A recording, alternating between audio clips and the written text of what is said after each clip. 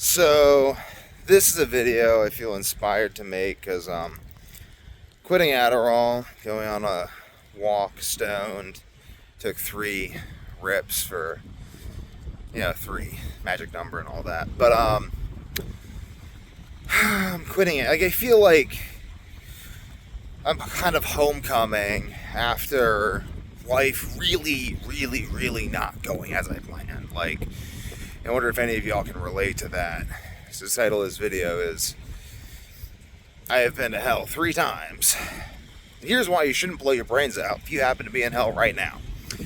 So, 3 times I've been to hell are first time when I was 16, I had erectile dysfunction for a year and ended up shitting blood, and I barely slept for that year. And then I had, when I was 19, didn't sleep for an entire month and had another health crisis that lasted about a year. But it was really the month without sleeping that really did my brain a number. Woo! Yeah, that,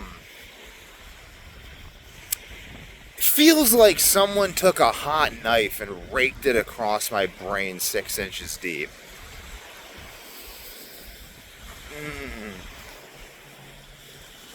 Just like this. I can't really remember the month, it's just pain. It's all I can remember is pain and wanting it to end and it never ending and it never seeming like it was going to end and false hope of it ending and then it not ending and just more pain and more not understanding what was going on and what was going wrong with me and why I was dying and why I was shitting blood and why I, at the age of 16 and 19 and then later 25, had been selected for the unique honor of fucking dying and just watching my body die in front of me like I'm fucking 90 or something, but I'm not. I'm a young man and I have to feel my body dying.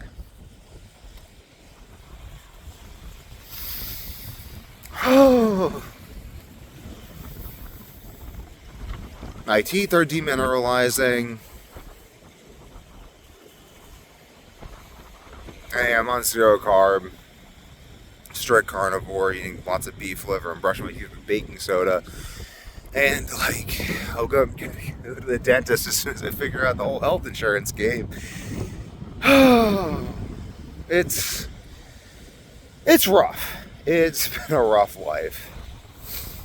Didn't go as I planned. In retrospect, I've spent all of my time just building systems to help prevent myself from dying. And right now,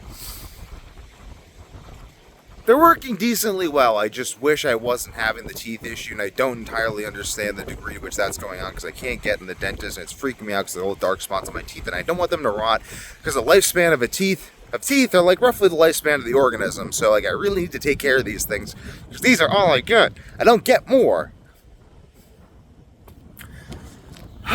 So here's the going to hell 3 times part.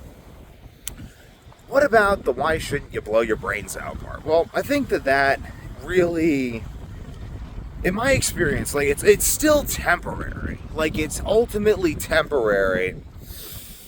And it's just like the worst part of it is just honestly, having to emotionally hold it together and just not understanding and just wanting to understand and wanting it to be okay, but it not being, and it being that way for a very long time.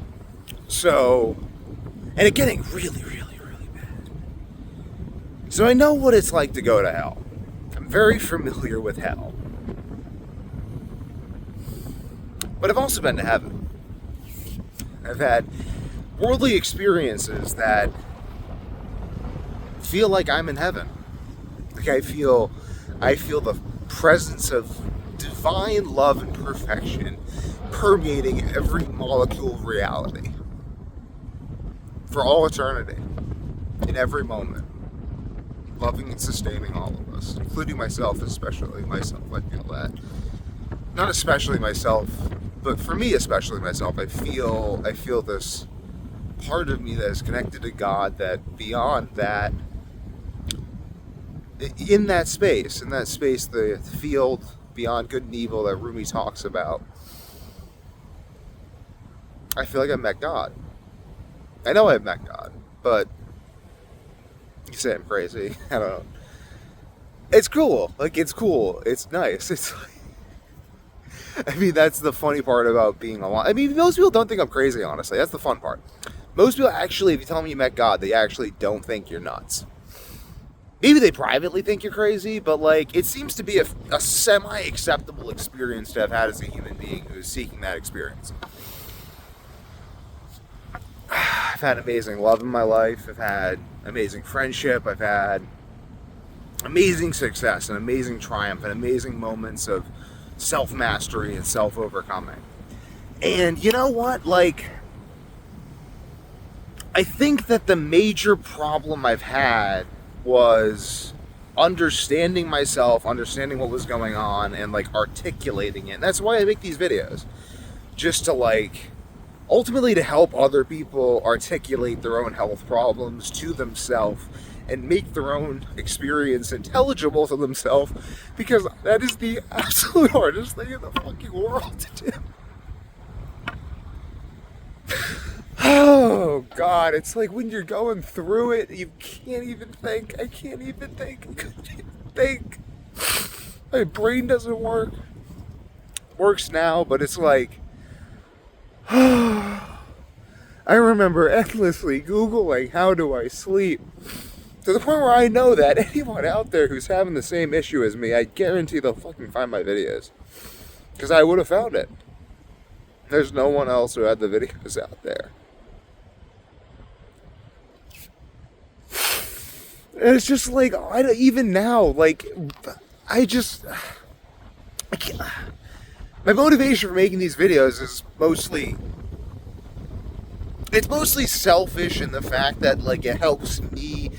This is my emotional processing of what I've been through, because I don't have another way of understanding it, because I haven't found anyone else alive who's been through it. So I'm just like, okay, well, I guess I'll be the person who's alive for other people, and that's going to help me make sense of my own path. And at this point, I've constructed, I guess, like a business or two I've constructed a working system around my life and around my ability to build systems to keep myself healthy and to get healthier. So I think I can be reasonably certain that this isn't going to happen again, or at least it's not going to happen again in an uncontrollable sense. But I mean, like, all I'm going to do is just continue to increase my understanding. I think Adderall was ultimately, Adderall in combination with not sleeping, I think was ultimately responsible. And like normal toothpaste, I think this shit is like sorbitol and other sweeteners. It's sweet, so it has to have something in it, and it's not sugar, so it's feeding bad bacteria in your mouth. Probably that.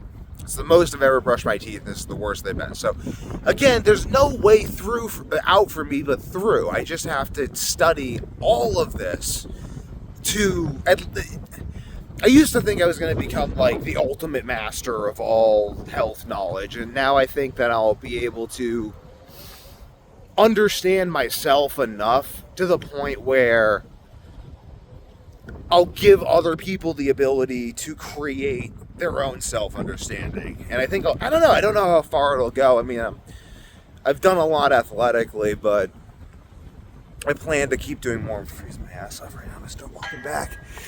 But, God. Taking a warm shower, but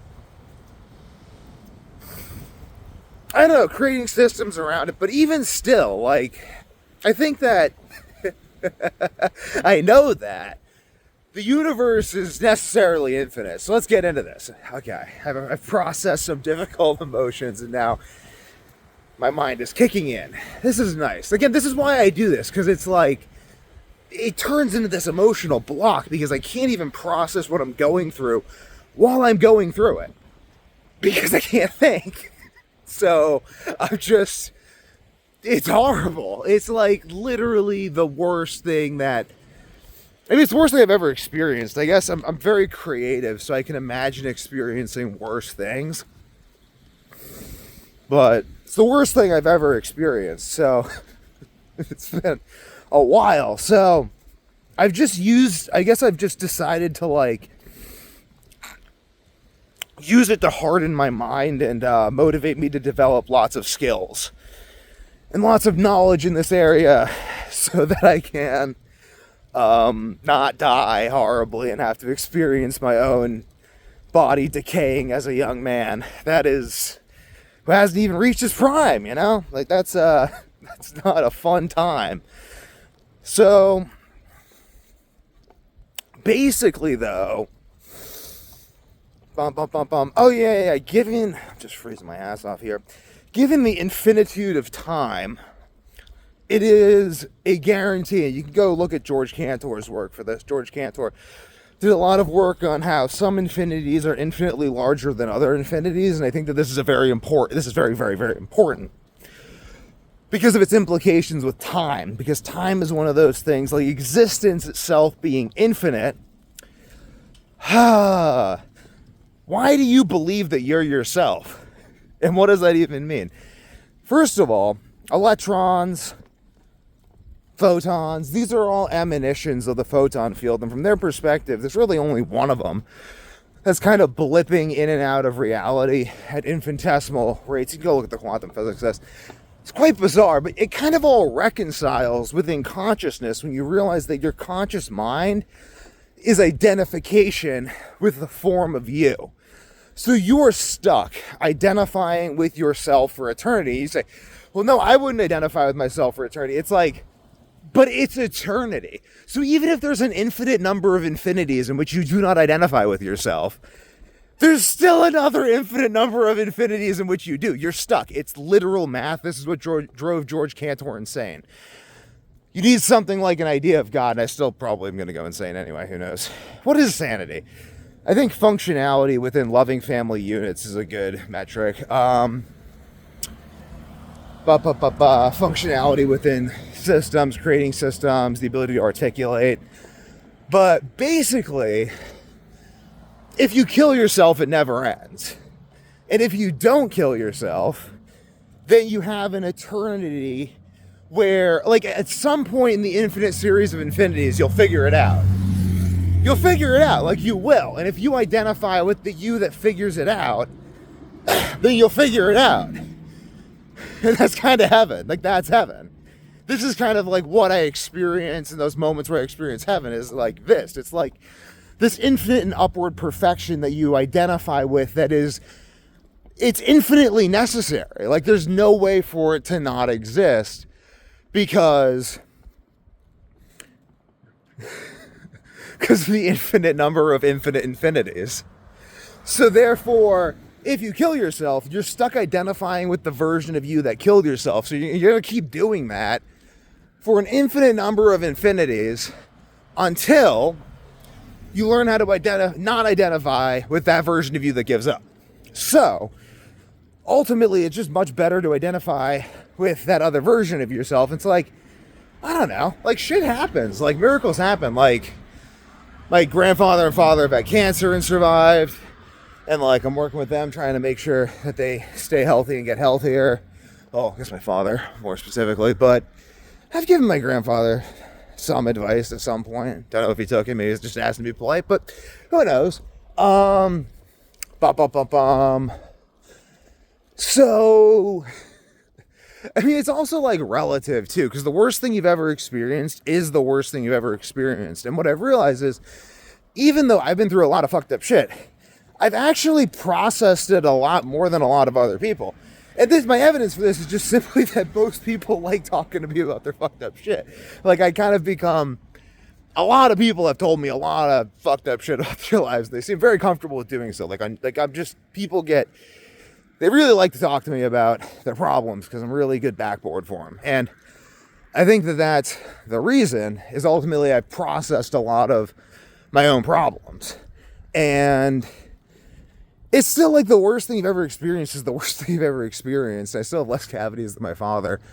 And I want to help him improve his teeth. And he's like chugging along. It just freaks me out. Like this idea of me dying. And it's like, ultimately what's worse isn't your experience. It's your inability to process what you've experienced within the context of a motivational structure that allows you to seamlessly turn your emotions into motion in a positive direction. It's really fucking that simple, but but it's not easy. And the hard part is actually like just the sheer amount of conscious effort and focus. It's just focus. You have to focus on things that hurt. Like you have to, like the thing that you don't want to focus on is what you have to focus on. But you have to do it while breathing and journaling and within this context of figuring out the problem. And that's the hard part. Like, honest to God, the point I've gotten to now is actually rather easy because now I've actually integrated the problem with the solution on my daily habits within my family and my social group. It's actually quite awesome. Like, look at my face now. It's like, now I'm beaming. It helps the light shining on me, but it's like, now I'm beaming. It's like, why am I so happy now? Heaven and hell. How does this work? Because we ultimately, like, we're like babies. Like, we have emotions and we have things we go through and we need to understand them or we feel insane.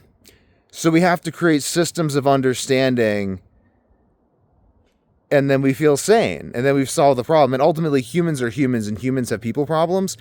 And people problems are remarkably similar a lot of the time. I mean, sometimes they're like really like, whoa, like some people have really, really fucked up lives. It's like, I don't have a fucked up life. I just have fucked up health some of the time. But